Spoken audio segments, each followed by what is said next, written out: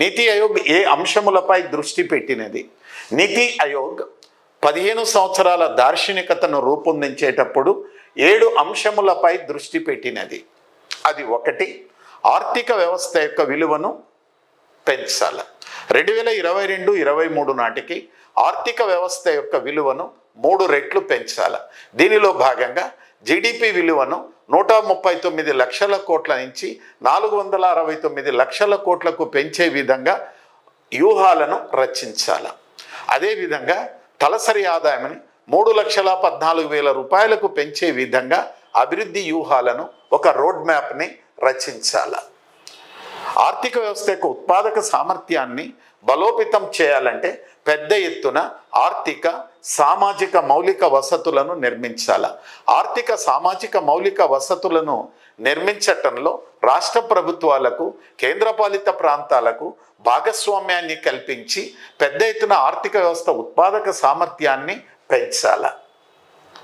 నీతి ఆయోగ్ 2031-32 నాటికి పట్టణాలలో నివసిస్తున్నటువంటి జనాభా అదనంగా 22 కోట్లు పెరుగుతుందని అంచనా వేసి వారికి అనుగుణముగా ప్రాథమిక వసతులను కల్పించాలి.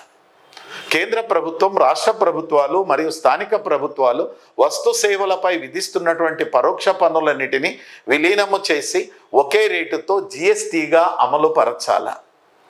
దేశంలో పెద్ద ఎత్తున స్వచ్ఛంద సంస్థలు కలవు. ఈ స్వచ్ఛంద సంస్థలకు తమ విధులను నిర్వహించడానికి పెద్ద ఎత్తున గ్రాంట్ ఇన్ ఎయిడ్ని కేంద్ర ప్రభుత్వం అందిస్తున్నది. ఇలాంటి నేపథ్యంలో ఒక ప్రత్యేక వెబ్సైట్ని ఏర్పాటు చేసి ప్రతి ఎన్జిఓకి కూడా 10 అంకెలతో ఒక యూనిక్ ఐడెంటిటీ నంబర్ని కేటాయించి వాళ్ళకి ఇచ్చే గ్రాంట్ ఇన్ ఎయిడ్ అన్నిటినీ సమీకృతం చేయాలి. ఆర్థిక సంవత్సరం అనేది ఏప్రిల్ 1 నుంచి మార్చి 31 మధ్య కాలంలో ఉన్నది.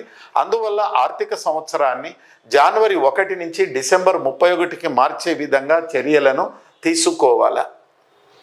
సుస్థిర అభివృద్ధి లక్ష్యాల సాధనకు అనుగుణముగా ఒక ప్రత్యేకమైనటువంటి కేంద్రీకృత వ్యవస్థను ఏర్పాటు చేయాలని నీతి ఆయోగ్ దృష్టిని పెట్టినది.